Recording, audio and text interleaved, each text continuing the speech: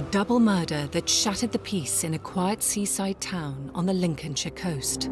I never expected anything like this where I live. You know, it was a type of crime that you just don't get in Lincolnshire. A retired married couple executed for no apparent reason. 2 men went into the house with blue boiler suits on and shot them both dead. And an investigation that uncovered ties to organised crime gangs. There were daily shootings. I think he made the mistake of making it personal rather than business.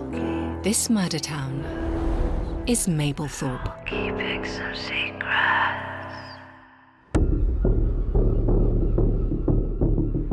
Killers are unpredictable. They can attack anyone at any time. Their motives are often varied, and chillingly, in a number of cases, their reason to kill is completely unknown. Some can be organised and planned with meticulous efficiency, whilst others are more opportunistic in their methods. They live amongst us in our towns and cities, and one thing sets them apart from the rest of society: their terrifying capacity to kill. Welcome to Murdertown. Do you feel it in the air? Everything is changing, a world wasted by fear. Something wicked this way comes. Something wicked this way comes. It's been around since time began. 1,000,000 times around the sun. Something wicked this way comes. Something wicked this way comes.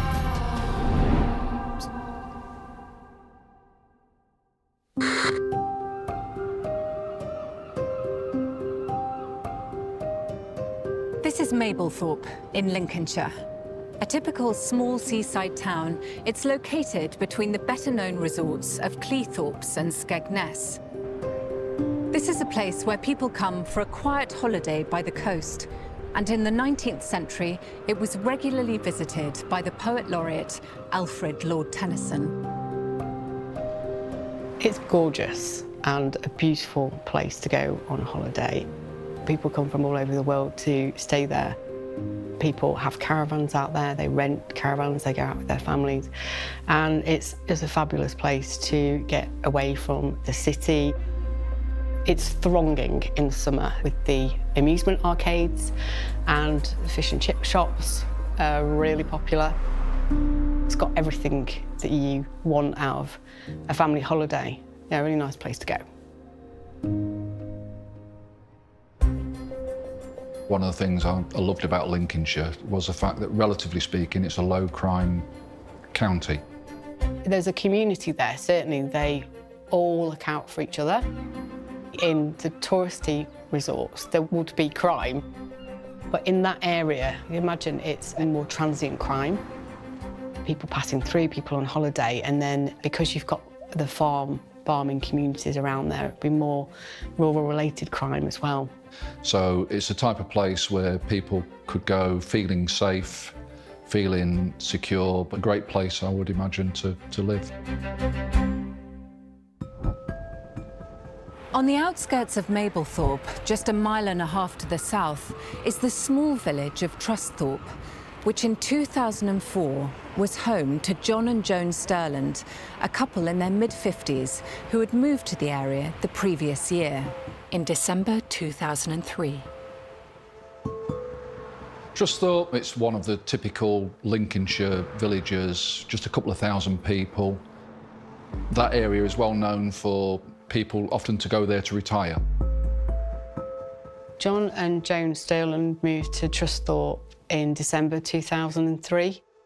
They lived in Nottingham originally and settled into their bungalow on the Lincolnshire coast. John Sterland is from St Anne's. He grew up there. Joan Sterland, his wife, she was a nurse to children and to elderly people. Absolutely sound, kind, loving people. Both have worked incredibly hard all their lives, and they were both over 50. So heading towards retirement. They had a chalet-style home. It was rented. They were known for being from Nottingham, but other than that, they didn't give very much away. Probably just known as John and Joan and not even by the surname the Sterlands, but they settled into that life really quickly, and it was an idyllic place to live. On the 8th of August 2004, Joan Sterland made a call to the police to report a prowler who she'd spotted around the bungalow the previous evening. John and Joan Sterland had had their grandchildren there the day before. A neighbour had seen a prowler and had passed that information on to Joan Sterland. He was in and around that area of Radio St Peter's, which was very quiet and isolated. Rather than call the local police, though, she made the call to the police in Nottinghamshire, where she had moved from a year earlier. She called Nottinghamshire Police, and that was then sent over to Lincolnshire Police via fax. They used fax machines in those days, and it was then communicated that an officer from Lincolnshire Police should then check it out. At 9:30 p.m. on the 8th of August, the Lincolnshire Police, having received a fax from their Nottingham counterparts about the Sterlands, visited their address. But when they got there, it was already too late. When the Lincolnshire police officers then went and did a routine check at the house in Radio St Peter's, that's when they found the bodies of John and Joan Sterland. They were in the house. John Sterland had his shirt off. It was such a hot day and his shorts on. He'd been watching television and Joan was in the bedroom. Witnesses remembered the car that turned up outside the house, which is on quite a large hairpin bend. The car had parked up the curb with the hazard lights on. It was just left there like it had broken down. And two men went into the house with blue boiler suits on. They were very much like workmen or electricians.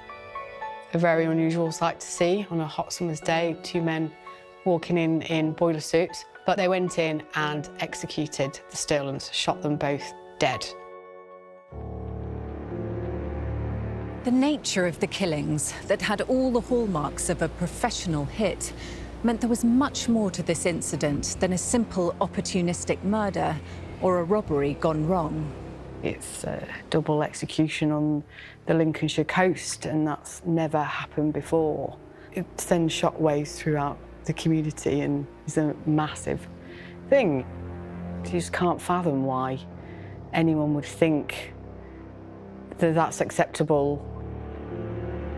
They were nice people. They'd not long moved there. They got to know their neighbours, and suddenly they're executed in their own home, and there is scenes of crime tape put all around Radio St Peter's. There are news vans from all over the world, and suddenly the spotlight is thrown onto this very small, quiet area, and it was an absolute atrocity. Who did this and why? And who were the people that were living at that property just off the road that had just moved in? What were their connection to them, or was it just a random killing?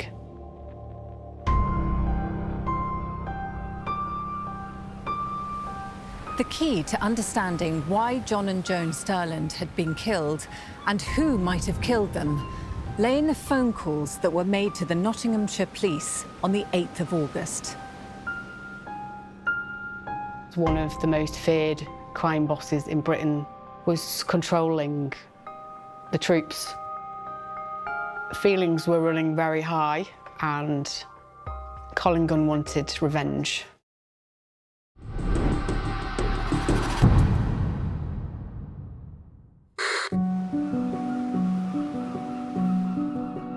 On the evening of the 8th of August 2004, the bodies of John and Joan Sterland were found in their home in the small coastal village of Trusthorpe on the outskirts of Mablethorpe. By the nature of the attack, it was clear that the couple had been executed.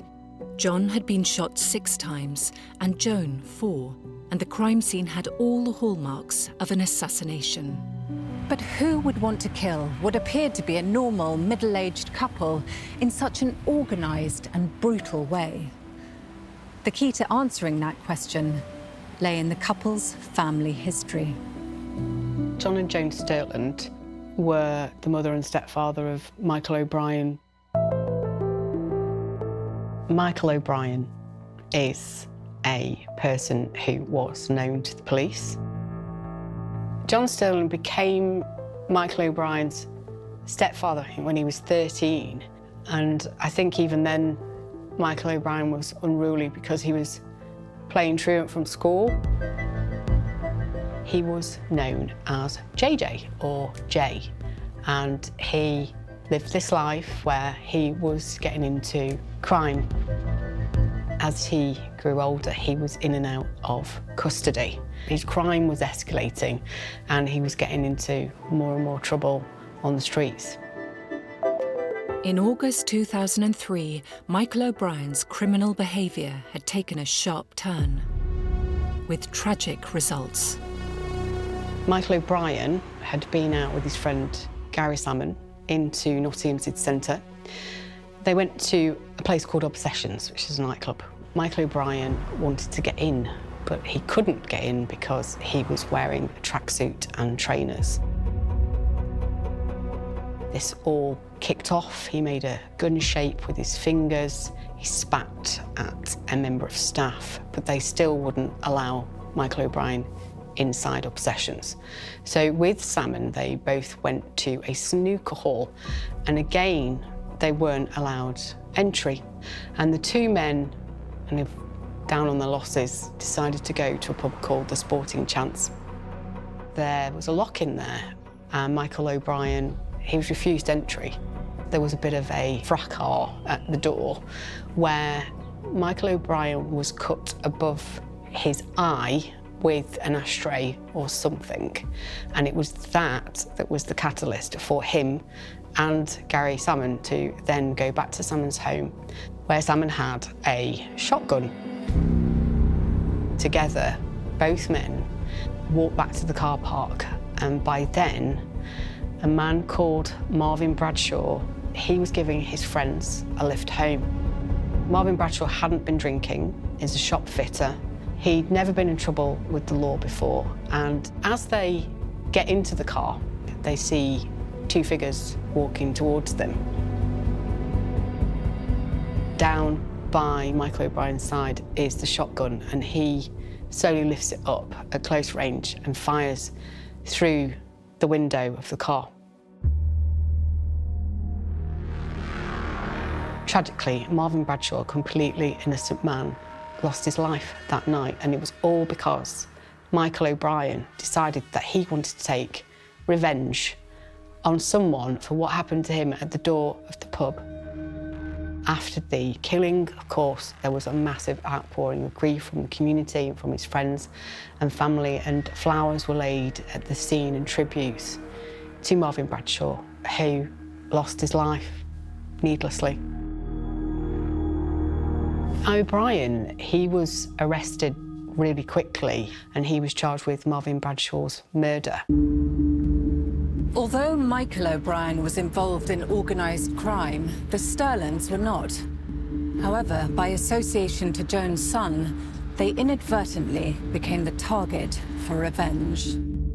After Michael O'Brien was arrested, the Stirlands were at home in Carlton, in their house, and it was in the evening. They heard the engine of a moped, and then the windows were shot out.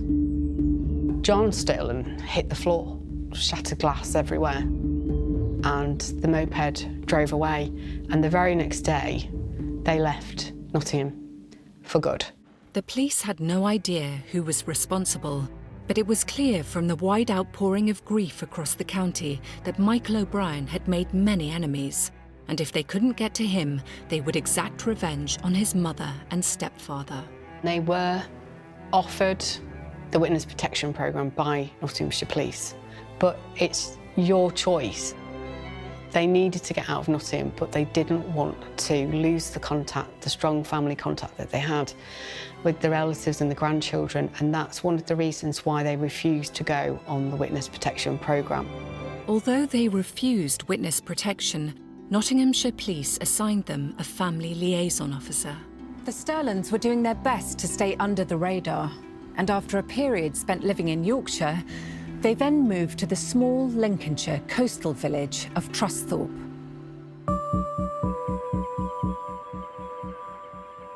At the time of the investigation, I was an inspector in the police, in Lincolnshire Police, and I was the communication centre inspector, so the senior officer in charge in the centre.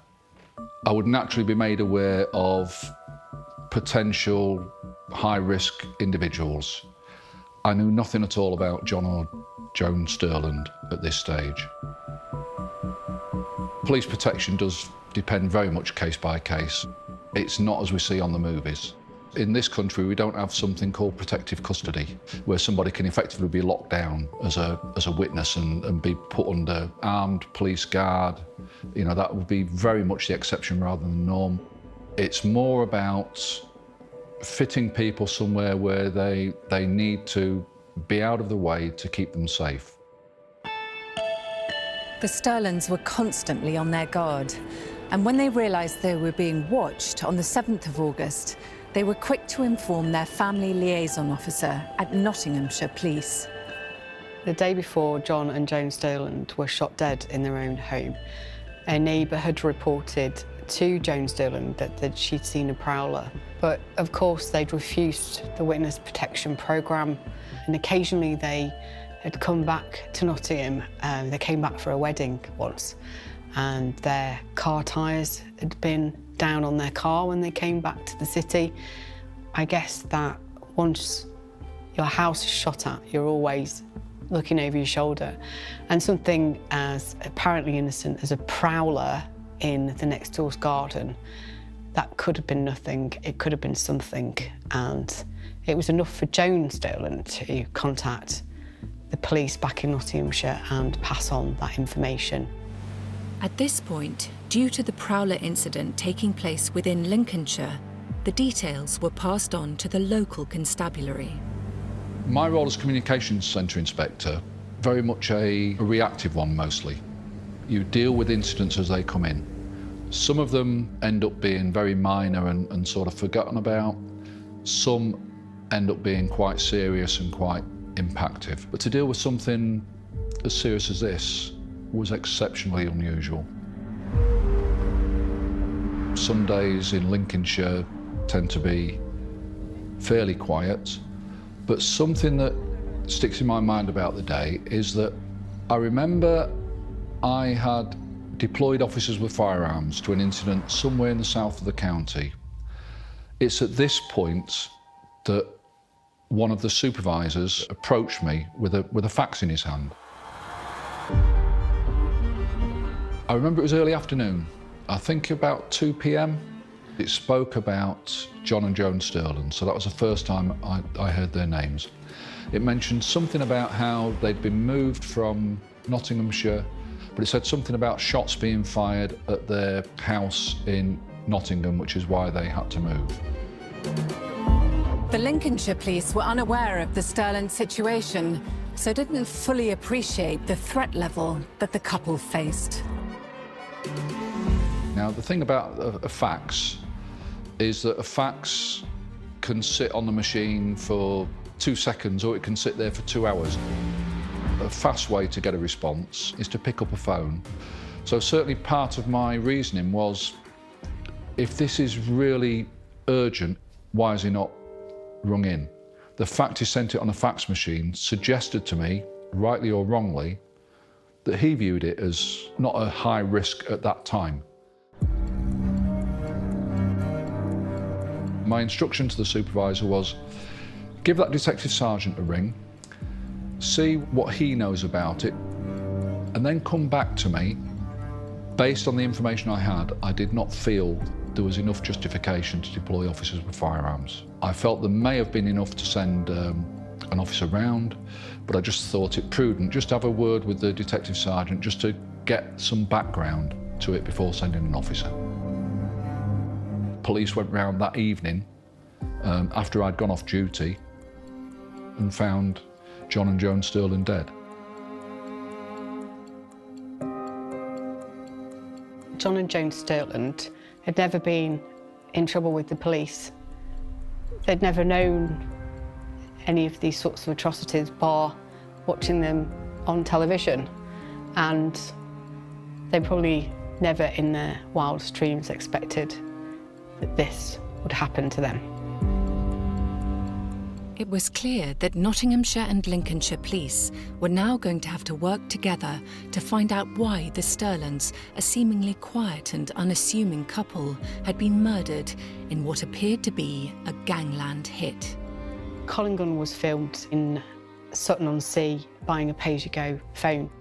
They described the phones as murder phones. This is all the time that the plot is about to go off.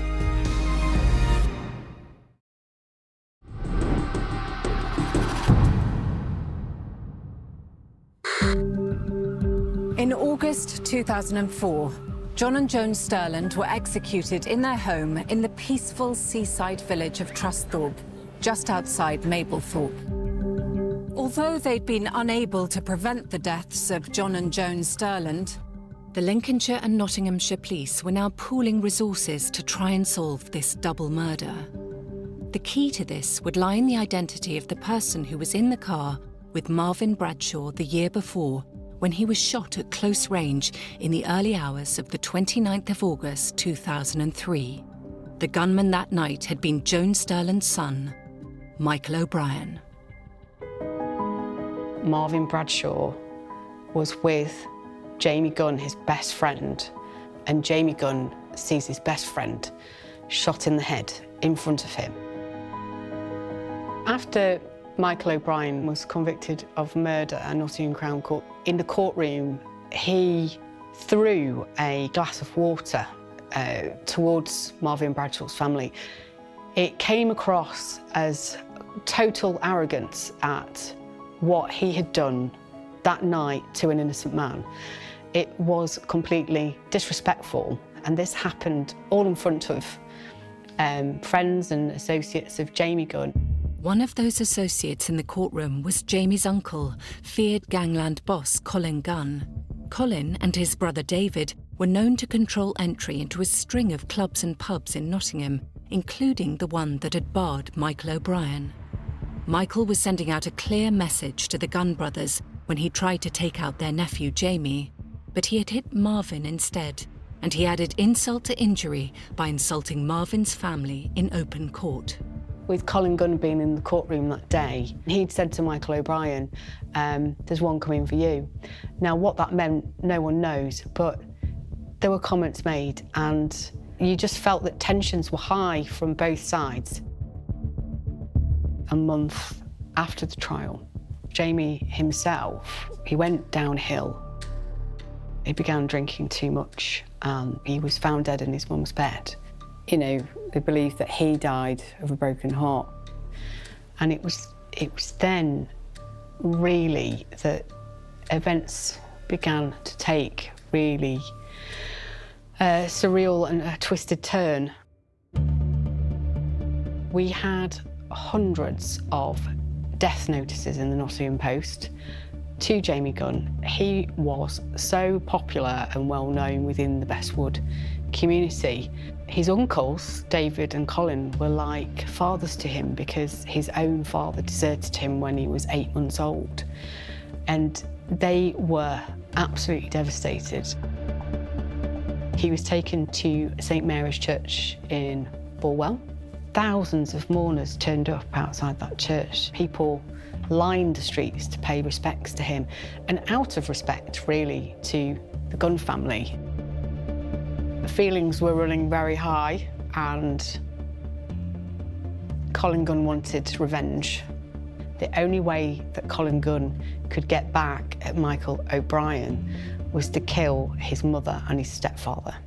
The death of John and Joan Sterland on the 8th of August 2004 just 6 days after the death of Jamie Gunn on the 2nd of August seemed like more than just a coincidence. The police were certain they knew who was responsible, and now they had to prove it.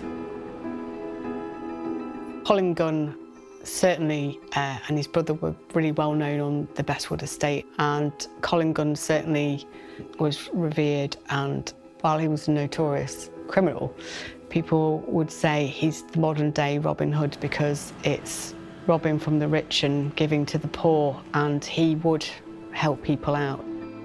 But at the same time, there was talk of, of beatings and people getting kneecappings. The Gunn family were a Nottingham crime family. They only seemed to really come to great prominence in about 2002. They seemed to become suddenly prominent because they just suddenly became much more aggressive. And they seemed to be seeking to dominate all of their competitors.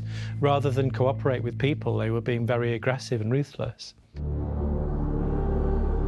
Drug-dealing gangsters, they have a well-established playbook. They always learn from the people who were there before them. So they know to befriend people. They know to dish out beatings for someone who's done the wrong thing or burgled the wrong house. They know to develop these reputations to get support from their local community. Gang leaders, they become community figures. They become almost seen as pillars of the community. And the reason for that, the cause of that, is our drug laws.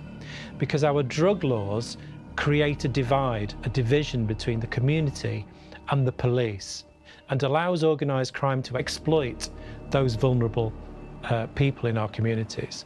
And it allows these figures like Colin Gunn to become such prominent and powerful members of those communities. Colin Gunn was one of those gangster types who starts to believe their own legend. And he was unusually arrogant. He took unusual levels of risks. It drove a huge amounts of violence and fear during that period of time. There were daily shootings. Neil soon discovered firsthand the level of violence that the Gunn family were willing to dish out during an undercover operation in Nottingham. Colin Gunn had been telling everybody that if he caught an undercover police officer, he would snatch that undercover officer off the street in a van, take him away and torture him to death. And a gangster like Colin Gunn knows very well that the police are listening. They're not stupid, they know the system.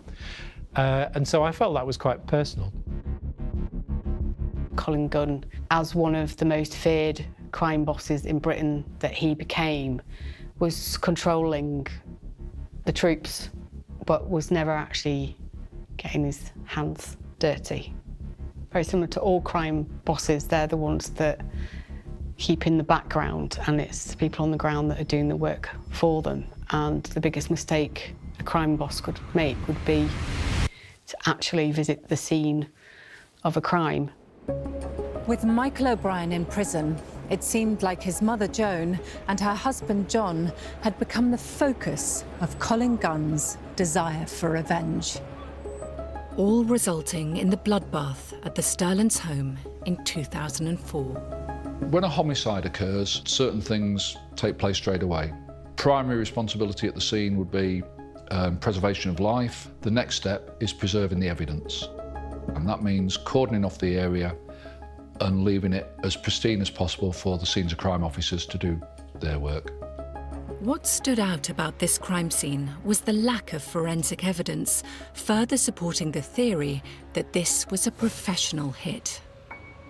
Away from the house, another key piece of evidence was found, which pointed to the killers being well-organised and professional. The gunmen weren't caught. They made their getaway in a vehicle that had been parked with its hazard lights on at the side of the house. There were bullets in the car that the gunman had used because the vehicle wasn't completely burnt out. But interestingly, 2 Beretta handguns, Italian Beretta handguns, were used that were never found. Firearms were never found. They knew who was involved, and it was just a case of proving it. With the evidence at the scene pointing to a professional hit and the Sterland's obvious links to the Gunn family, police believe this was the work of one of the country's most feared and ruthless organised crime gangs. But in order to make arrests, they needed to understand how the Sterlands had been located. It was amazing police work putting it together. Colin Gunn was desperately trying to find out where they were and had contacted a former BT worker. He was able to get the address of the Sterlands. The BT worker did not know that he was providing that address for that reason. As the investigation continued, it became clear that the personal nature of his revenge had led Colin Gunn to make a crucial mistake. Colin Gunn was filmed in Sutton-on-Sea, buying a pay-as-you-go phone. They described the phones in the case as murder phones, and every phone communication was dissected bit by bit. Michael McNee and John Russell, who were part of the gang, they were on the promenade, and they were supposed to be the lookouts for what happened at the bungalow as John and Joan Sterland were shot. This is all the time that the plot is about to go off. All the key players are there at the crucial time. Using CCTV and mobile phone records, the police had successfully placed Gunn just 12 miles away from Trusthorpe on the 8th of August 2004. With the evidence they'd collected and the information linking the Sterlands to Colin Gunn, the police were confident he was behind the couple's deaths. So on the 17th of March 2005, they made an arrest. You've been arrested today on suspicion of the murder of Joan and John Sterland. Can you tell us where you were on the 8th of August, which is a Sunday?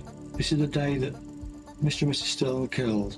Shouldn't say that, had nothing whatsoever to do with it. I was up the place with my family and friends. I met family and friends. I went to different parts of the coast, and that's all I've done.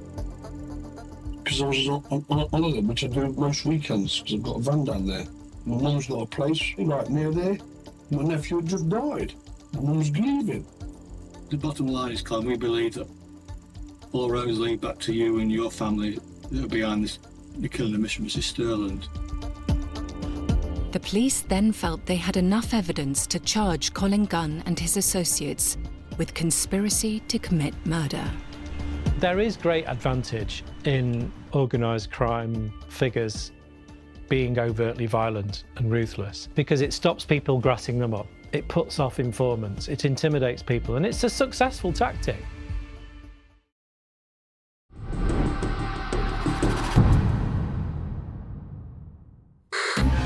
In March 2005, Colin Gunn was arrested in connection with the murders of John and Joan Sterland. Key to the arrest was the fact that the police could place Gunn in the area of Trusthorpe on the day of the murders.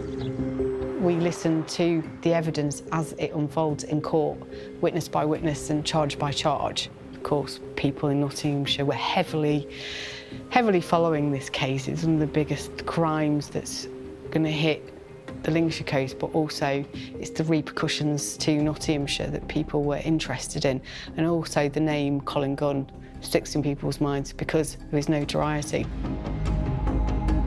And it was unusual in the sense that you didn't have the killers in that trial. You had those who plotted to do the killing, which is very different.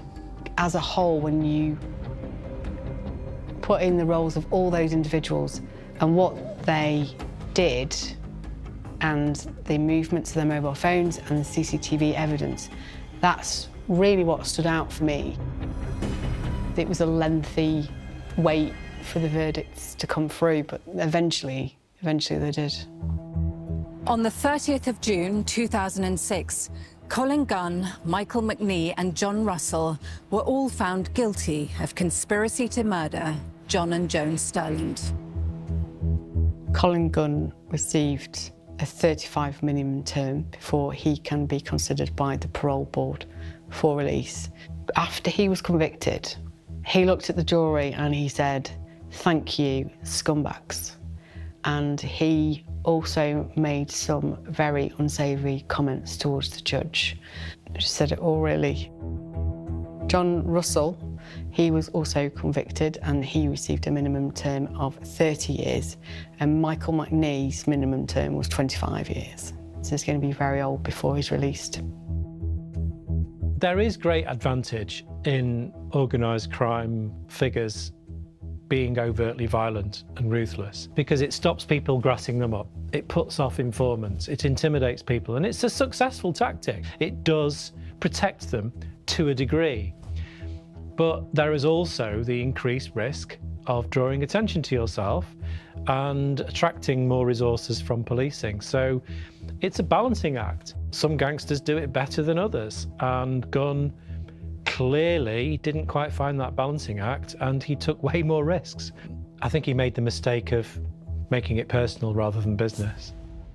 Not only did the verdict cause a stir in the courtroom, reaction to Colin Gunn's conviction and sentencing also spilled out onto the streets of Nottingham. A lot of people were glad to see him go, but of course a lot of people were angry that he was convicted of conspiracy to murder John and Joan Stirling, and there were riots on the streets of Bestwood.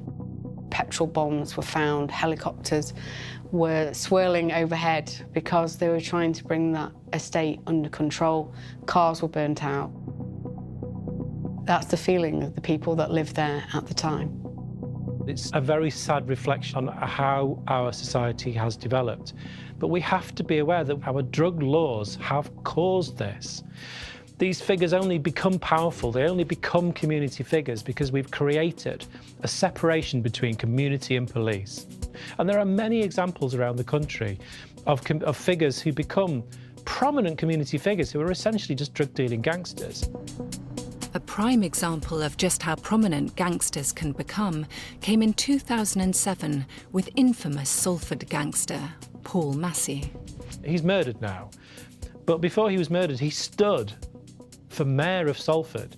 He was a drug dealer. He stood for mayor. There's a huge number of people voted for him as a very popular community figure. What stood out about this case in particular, compared to other murder cases where it's a crime of passion, this is planned. There's a recce. They've bought the phones, the murder phones. They've gone out there almost with a cover that they were going on holiday, they were going to grieve Jamie Gunn's death. And it was I guess if you look at it in the round, you have very much evidence that puts them there, but you don't have the evidence that puts the murder weapon in any of their hands. And that's something that probably will all stay in the minds of the families who've been touched by this atrocity, also the police officers that are involved and the wider community, is that who killed John and Joan Stirling, because we've obviously been able to put part of the jigsaw together, but you haven't actually got who pulled the trigger. During my time in Lincolnshire Police, I've been involved in, many different criminal investigations, and one thing I can say is that something as horrendous as this, it can't happen without having an impact on the people around. I never expected anything like this where I live. It was the type of crime that you just don't get in Lincolnshire. And of course it went through my mind of, had I done the right thing at the time or not? But I wouldn't be human if it didn't go through my mind at the time where, two innocent people end up shot dead. Was there something more I could have done? Had I had more information, maybe I'd have made a different decision. Would they still be alive? Who knows? Just don't know. Based on the information that I had, I don't see that there's anything different that I could or should have done. Hindsight's a wonderful thing. The fact they were shot and end up deceased, of course, absolutely horrendous. And of course, if I'd have known that that was the threat they were under at that specific time, my response would have been different. but I could only work on the information that I got. In Trusthorpe and of course in Nottinghamshire, there was a huge relief that those behind the killings had been brought to justice. They could sleep easier at night after that, and they also knew the reasons why the couple were killed, and they knew what the connection was back in Nottingham as to why it all happened, and those people behind that crime have been locked up. The year after he was imprisoned, further details emerged about the reach of Colin Gunn's criminal empire. Every successful drug-dealing gangster seeks to corrupt the systems. The reason they do that is because it makes them safer, it makes their business more efficient, it helps them grow their business. During the time I was working undercover, I knew that Colin Gunn was being investigated. I was trying to get close to his gang with two of my team had gone off sick. So I was introduced to two new police officers I'd not met before. The second one, I shook his hand and the hairs just went up on the back of my neck. This guy screamed wrong to me. Every instinct, every fibre of my being was saying that do not trust this guy. 12 months later, when Nottinghamshire had brought Colin Gunn down, it turned out that this police officer I'd taken exception to was an employee of Colin Gunn. He'd been paid to join the police. He wasn't corrupted once in the police, he'd been paid to join the police. And he'd been in the police for 7 years. He was paid £2,000 a month on top of his police wages, plus bonuses for good information. That information in the wrong hands could obviously spiral out of control. That was another segment to the control that he had over people. Contract killing, that doesn't happen in Lincolnshire. It doesn't happen in England, you know. You don't tend to think of things like that beyond the movies. So the idea that somebody would be paid to travel to somewhere like Trusthorpe to go and shoot dead two people is just, you know, incredible and thankfully exceptionally rare. The only murder that conspiracy to murder that he's ever been convicted was John and Joan Stirland. I think the police at the time said that he was linked to more murders in Nottinghamshire that hadn't been solved. During my 22 years in Lincolnshire Police, I've had direct involvement in 3 shootings, which shows you how exceptionally rare something like this is. This by far the most impactful, and one that, you know, I'll certainly never forget. Colin Gunn had built up a formidable criminal empire in the early 2000s, but his thirst for revenge saw that empire toppled. Ultimately, we will never know who pulled the trigger and ended the lives of John and Joan Stirland. But thanks to the tireless efforts of 2 police forces, those who were suspected of planning and organising their deaths have now been held accountable.